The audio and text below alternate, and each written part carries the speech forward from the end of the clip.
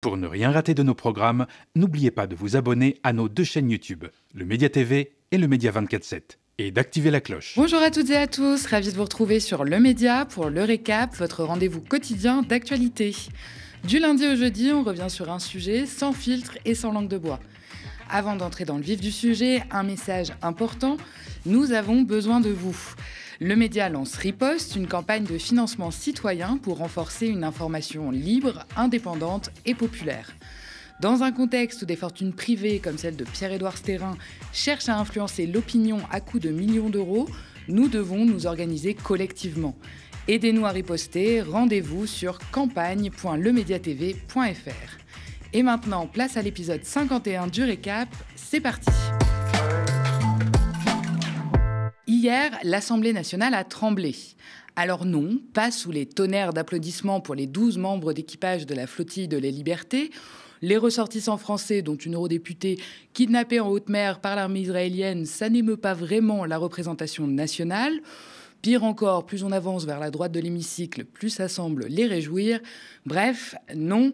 Ce qui a fait trembler les murs de cette vieille institution pour le moins protocolaire, ce sont les invités de la très sérieuse commission d'enquête sur les effets psychologiques de TikTok sur les mineurs. Hier, pour les besoins de leurs travaux, les députés ont reçu une brochette de créateurs de contenu jugés problématiques pour les plus jeunes. Et le moins qu'on puisse dire, c'est qu'ils avaient bien travaillé le casting. J'invite donc monsieur à lever la main droite et à dire « Je le jure ». Je le jure. Alors, pour certains, le cinéma, c'est uniquement le cinéma d'auteur et non pas les films porno ou les films d'action. Pour certains, la musique, c'est que la musique classique et non pas le rap ou le freestyle. Mais moi, je me considère comme un artiste dans ma profession et je pense que je fais les choses bien. Je ne suis pas une influenceuse à contenu problématique. Du moins, je ne pense pas. Ce genre de jugement lancé dans les médias, avant toute audition, ne révèle pas d'un travail d'enquête objectif, mais d'une condamnation sans débat. Vous disiez tout à l'heure que vous aviez déjà été banni de TikTok, donc ce qui veut bien dire que certains contenus ont été plus que problématiques, comme vous disiez. Est-ce que vous pouvez nous dire exactement à quel moment vous avez été banni ? Une petite erreur de votre part, justement. Les femmes, justement, qui ne sont pas d'accord avec moi, un peu comme vous, j'imagine, signalent les vidéos. Est-ce que vous pouvez nous dire, par exemple, combien vous avez gagné sur TikTok Live la semaine dernière ? J'ai aucune idée parce que je compte pas ça du tout par semaine. Non, mais de manière générale, par mois ou par an. La semaine dernière, j'ai l'impression que vous avez gagné environ $10 000. Alors d'abord, il y a l'influenceur masculiniste Alex Hitchens, Isaac Moyembo de son vrai nom. Alors lui, vous l'avez déjà vu passer sur le média, pas qu'on le mette en avant, mais parce qu'il a sa place dans notre clip de promotion pour notre campagne de financement citoyen, actuellement en cours. C'est un peu l'équivalent des experts en tout, qui passent sur les plateaux télé, mais en version réseaux sociaux. Lui, son truc, c'est business, séduction, développement personnel, tout y passe et surtout, tout est bon pour vendre ses formations bidons à ses adeptes. Au passage, il vend surtout ses idées nauséabondes et rétrogrades, notamment sur la place des femmes. Il passe son temps à fustiger les féministes de gauche, les wokistes, enfin bref, tous ceux qui ne vont pas dans le sens de son idéologie très empruntée à l'extrême droite.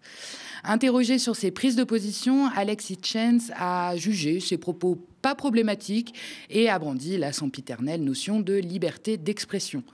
D'ailleurs, mécontent, il a tout bonnement fini par claquer la porte de son audition, raccrochant la visio, alors que le président de la commission n'allait pas dans son sens. Un mouvement d'humeur qui n'a pas sa place lors d'une audition par la représentation nationale. Pour ça, Alex Hitchens risque 2 ans de prison et 7 500 € d'amende. Et par exemple, je le dis souvent, une femme après 22 heures, qu'est-ce qu'elle fout dehors ? Je ne sais pas sur quelle plateforme c'est. Ça, c'est des choses que vous avez dit sur quelle plateforme ? Encore une fois, ça c'est sur YouTube, monsieur. Mais j'aurais très bien pu tenir ces propos sur TikTok, bien entendu. Bon.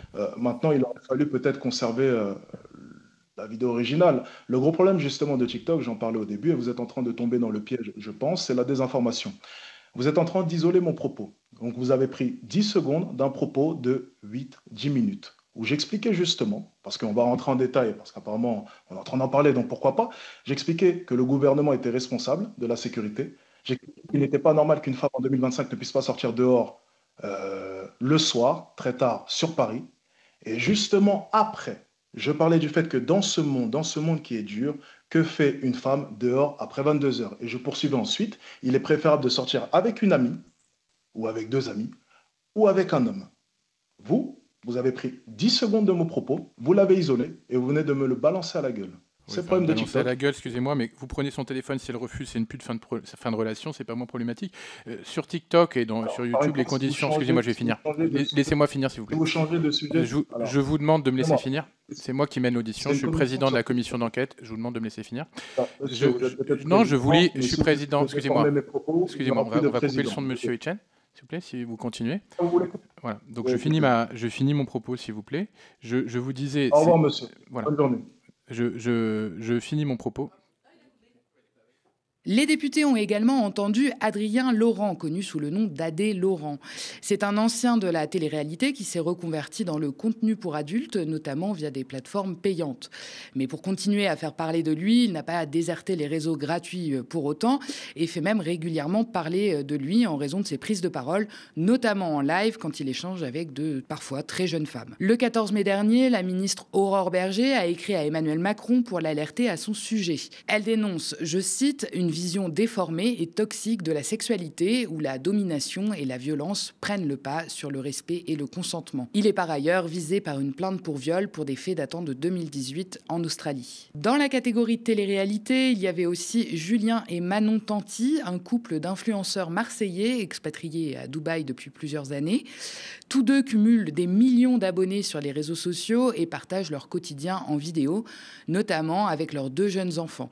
Si la maman estime qu'elle ne fait pas de contenu problématique, ce n'est pas l'avis du président socialiste de la commission, Arthur Delaporte, qui lui se préoccupe de la mise en avant des mineurs. Pour le député, cette exposition porte parfois atteinte à l'image de ses enfants. Par ailleurs, Julien Tanti, le papa, a été condamné pour des pratiques commerciales trompeuses liées au copy trading sur son compte Instagram et sa chaîne Telegram. Le copy trading, c'est une pratique particulièrement répandue et promue par les influenceurs.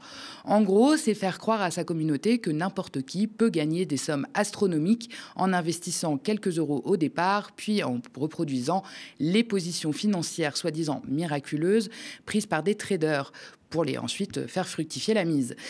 Le tout sans bouger de son canapé. Bien que légaux, ces investissements de trading en ligne sont à haut risque et peuvent entraîner de fortes pertes, mais ça, évidemment, on ne le dit jamais. Et enfin, les députés de la commission d'enquête ont entendu Nasser Sari, plus connu sous le pseudonyme de Nasdas.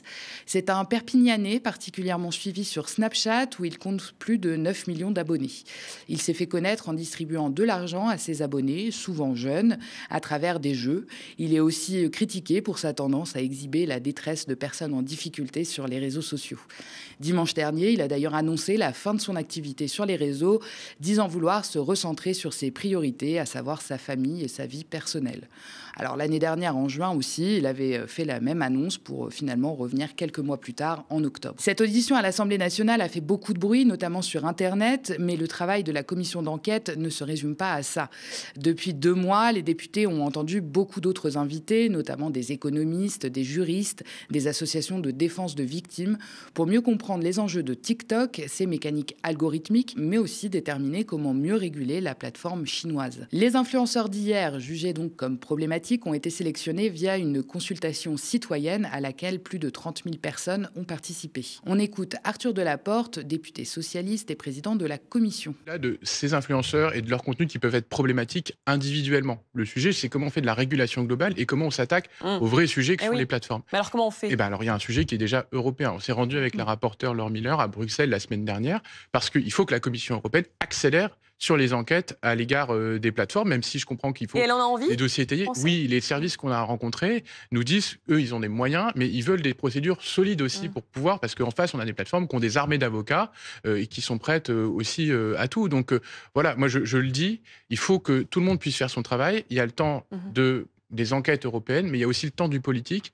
Et je pense qu'aujourd'hui, il faut qu'on dise collectivement, quels que soient nos bords politiques, qu'on n'accepte plus que des plateformes ne fassent pas leur travail et ne respectent pas les obligations légales qui s'imposent déjà à elles. Le député Delaporte a martelé que cette audition n'était pas un tribunal et que leur action de député visait uniquement à faire évoluer la loi.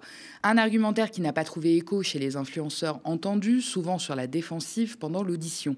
Certains, comme Nasdas ou Alex Hitchens, ont carrément adopté une posture de défiance inédite dans un tel contexte vis-à-vis des députés. On n'est pas passé loin de l'embrouille. Il faudrait plus d'encadrement. Pas sévère, pas des punitions. Mais ça vous fait sourire, monsieur le député? Ça vous fait sourire? Je parle de la santé mentale des créateurs de contenu. C'est pas une remarque, c'est déplaisant pour moi. C'est pas par rapport à vous, d'accord. Autant pour moi, autant pour moi. Je vous remercie de continuer votre propos. Voilà. Pour autant, l'influenceur Nasdaq est le seul à avoir à peu près exprimé des regrets. Il a admis une forme de responsabilité vis-à-vis de son jeune public. Connu pour ses distributions d'argent à Perpignan, il a reconnu avoir influencé des jeunes à croire en lui plutôt qu'en leurs études. Mais sur le fond, les échanges entre les députés et les influenceurs ont rarement dépassé le stade de la défense personnelle. Ces derniers se sont surtout contentés de justifier leur activité tout en balayant les accusations.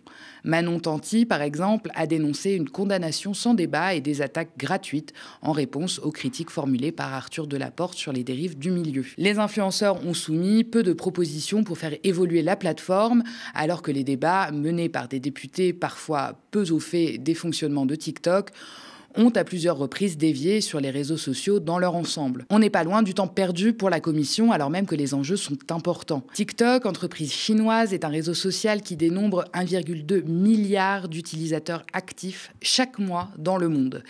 Et près de 15 millions d'utilisateurs actifs chaque mois en France, dont une très grande majorité de jeunes.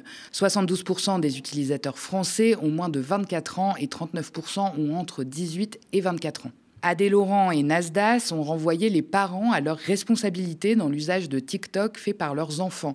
Ils se sont dit favorables à une évolution de l'âge requis pour s'y inscrire, actuellement fixé à 13 ans, mais sans contrôle. Un peu plus dangereux, Manon Tanti a quant à elle estimé qu'exiger une pièce d'identité à l'inscription sur les réseaux sociaux, et singulièrement sur TikTok, permettrait d'éviter l'exposition des jeunes à certains contenus tout en luttant contre le harcèlement scolaire. Cette proposition est un classique du genre, on la sort à toutes les occasions, souvent en s'appuyant sur des drames ou autres faits divers. Et pas seulement Manon Tanti, mais plus largement en politique, surtout à droite. En 2010, alors que les réseaux sociaux n'en sont qu'à leur balbutiement, les blogs inquiétaient alors les décideurs.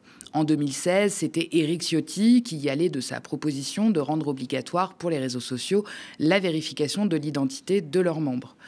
Emmanuel Macron lui-même en a fait un sujet récurrent depuis 2019, affichant la volonté d'une levée progressive de l'anonymat en ligne. Le président avait déclaré notamment, je cite, « Dans une société démocratique, il ne devrait pas y avoir d'anonymat. On ne peut pas se promener encagoulé dans la rue. Sur Internet, les gens s'autorisent, car ils sont encagoulés derrière un pseudo, à dire les pires abjections. » Sauf que cette question est bien plus épineuse qu'il n'y paraît. Elle remet d'abord complètement en cause la notion d'Internet libre.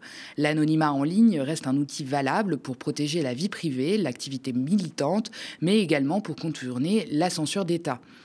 Pour paraphraser le titre d'une tribune du journal Le Monde, la démocratie ne peut exister que grâce à une saine dose d'anonymat. Félix Tréguer, membre fondateur de la Quadrature du Net, association de défense des libertés sur Internet, abonde en ce sens. L'anonymat constitue un droit associé à la liberté d'expression et de communication et au droit à la vie privée, dit-il. Et il rappelle que ce droit est reconnu comme tel au niveau international, notamment par la Cour européenne des droits de l'homme. De plus, sur le terrain du harcèlement et des pratiques numériques douteuses, rien ne prouve que la levée de l'anonymat ait un effet positif. C'est même plutôt l'inverse. Des études académiques contestent l'efficacité d'une telle mesure. L'anonymat ne favoriserait pas nécessairement les discours violents et l'exposition de l'identité pourrait même accroître les risques de harcèlement, notamment envers les femmes qui, elles, utilisent souvent des pseudonymes multiples pour se protéger. Par ailleurs, les experts en cybersécurité sont formels. Sur Internet, l'anonymat est en réalité bien plus difficile à préserver qu'à lever. Dans un monde saturé de données personnelles, où nos moindres clics, déplacements, habitudes de consommation ou interactions en ligne laissent des traces, identifier un individu sur Internet n'a rien d'un défi technique, bien au contraire. Garder un strict anonymat demande en revanche bien plus de compétences techniques. Et pour finir, la proposition de Manon Tanti ou d'Éric Ciotti de conditionner l'inscription sur les réseaux sociaux à la fourniture de documents d'identité pose un problème de protection des données des citoyens énorme. Cela reviendrait à leur demander de confier des documents d'identité à des entreprises privées, souvent étrangères, afin d'être en mesure d'utiliser un service. Des géants du numérique tout-puissants qui, faut-il le rappeler, n'hésitent pas à ignorer les lois nationales lorsque celles-ci vont à l'encontre de leurs intérêts. Les influenceurs qu'on a vus défiler à l'Assemblée hier sont la parfaite démonstration que l'identification ne garantit ni la morale ni la responsabilité sur Internet. Et alors que dire des influenceurs d'extrême droite qui pullulent, parfaitement identifiés et et suivi par des millions de personnes sur les réseaux sociaux, souvent très jeunes, qui propagent sans honte leur haine et leurs idées, le tout sous le regard complaisant des plateformes. Ils sont financés par les plus grandes fortunes, comme Pierre-Édouard Stérin et son plan Périclès, ou par Bolloré et son empire médiatique. C'est une menace directe pour notre démocratie. Quand des discours de haine se diffusent librement, quand l'information est manipulée au service d'intérêts privés, c'est tout le débat public qui se retrouve faussé. Face à cela, il est urgent de réguler, oui, mais pas au prix d'un sacrifice inacceptable de nos libertés individuelles et de nos droits fondamentaux. Le vrai défi, c'est de construire une régulation qui protège les citoyens, freine la désinformation et limite la propagation de contenus répréhensibles sans transformer Internet en un espace de surveillance massive. Car sans anonymat, sans protection, comment garantir la liberté d'expression, l'action militante ou même simplement le droit à la vie privée ? Les lanceurs d'alerte, les journalistes indépendants, les activistes ont besoin de ce cadre pour dénoncer abus et manipulations.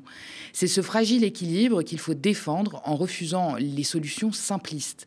La bataille pour un Internet libre, sûr et éthique est loin d'être gagnée. Mais c'est là que se joue l'avenir de notre démocratie. Et alors pour défendre ces valeurs, il faut aussi soutenir celles et ceux qui les portent vraiment. Si vous le pouvez, soutenez la riposte du média sur campagne.lemediatv.fr. Merci à vous. On poursuit avec le reste de l'actualité, racontée et mise en image par Sarah Duyeux. On commence tout de suite par des nouvelles concernant l'équipage de la Freedom Flotilla. 2 jours après l'arrestation illégale de l'équipage du Madeline, qui transportait de l'aide humanitaire pour Gaza, 8 membres sont encore détenus en Israël. Parmi eux, 4 Français, dont l'eurodéputé Rima Hassan. Ils ont refusé de signer un document dans lequel ils devaient reconnaître être entrés illégalement sur le territoire israélien. Leur statut est un statut d'immigrés illégaux qui sont entrés donc illégalement dans le territoire israélien. Ils vont rencontrer un juge, un magistrat, un juge qui décidera s'ils peuvent être expatriés, répatriés vers la France immédiatement, ou bien s'ils ont le droit de rester en Israël illégalement. Et le but est de les mettre dans un avion vers la France le plus rapidement possible. Les 4 autres militants de l'équipage sont rentrés en France ce mardi. Parmi eux, la Suédoise Greta Thunberg, qui a accusé Israël de les avoir kidnappés dans les eaux internationales et emmenés contre leur gré en Israël. On poursuit avec les actualités internationales, avec des nouvelles des manifestations contre la politique migratoire de Trump en Californie. Et si vous voulez en savoir plus à ce sujet, n'hésitez pas à regarder le récap d'hier. 5 minutes d'affrontement à Los Angeles entre les forces de l'ordre et les manifestants opposés aux expulsions massives d'immigrés clandestins. Pour mettre fin aux troubles, la maire de la ville a décrété un couvre-feu de 20h à 6h du matin dans certaines rues du centre-ville. J'ai déclaré une urgence locale et instauré un couvre-feu dans le centre-ville de Los Angeles pour mettre fin aux actes de vandalisme et de pillage. Depuis plusieurs semaines, la police de l'immigration multiplie les arrestations de sans-papiers à Los Angeles, où vit une forte communauté hispanique. Le vendredi 6 juin, l'arrestation d'une 40aine de migrants, essentiellement latino-américains, a déclenché une série de manifestations et d'affrontements. Donald Trump a décidé de répliquer par la force et a ordonné le déploiement rapide de la Garde nationale et des Marines en Californie. Depuis l'annonce du couvre-feu, la police dit avoir procédé à des arrestations massives. Et on termine enfin avec un point sur la guerre en Ukraine. C'est l'une des opérations les plus importantes depuis le début de la guerre en Ukraine. Kiev dit avoir récupéré le corps de 1212 soldats tués sur le front avec la Russie. Leur identité doit maintenant être établie. L'échange de dépouilles avait été conclu la semaine dernière à l'issue de pourparlers de paix à Istanbul, en Turquie. Les 2 pays s'étaient engagés à restituer chacun 6000 dépouilles de militaires. L'accord prévoyait aussi la libération massive de plus de 1000 prisonniers par chacune des parties. Elles ont déjà procédé à 2 phases d'échange, la 3e doit avoir lieu ce jeudi. Moscou avait cependant refusé la proposition ukrainienne de cesser le feu inconditionnel pour au moins 30 jours. Cette nuit, les frappes russes ont fait 3 morts et plus de 60 blessés à Kharkiv, la 2e plus grande ville d'Ukraine. L'Union européenne prévoit de nouvelles sanctions pour contraindre Moscou à négocier la fin de la guerre. Elle envisage de réduire ses revenus pétroliers en abaissant de 60 à 45 $ le prix de vente du baril. Merci d'avoir regardé cette nouvelle édition du Récap. N'hésitez pas à nous laisser vos impressions en commentaire si vous nous regardez sur YouTube ou via email si vous nous regardez à la télé. Les milliardaires financent la haine. Le média lance Riposte, une campagne de financement citoyenne pour riposter sur les réseaux sociaux et sur la TNT francilienne. Parlez-en autour de vous et rejoignez la lutte sur campagne.lemediatv.fr. Et tant qu'on y est, abonnez-vous aussi à nos 2 chaînes YouTube, le Média TV et le Média 24/7, pour ne rien rater de nos nouveaux programmes. Très bonne soirée sur le Média.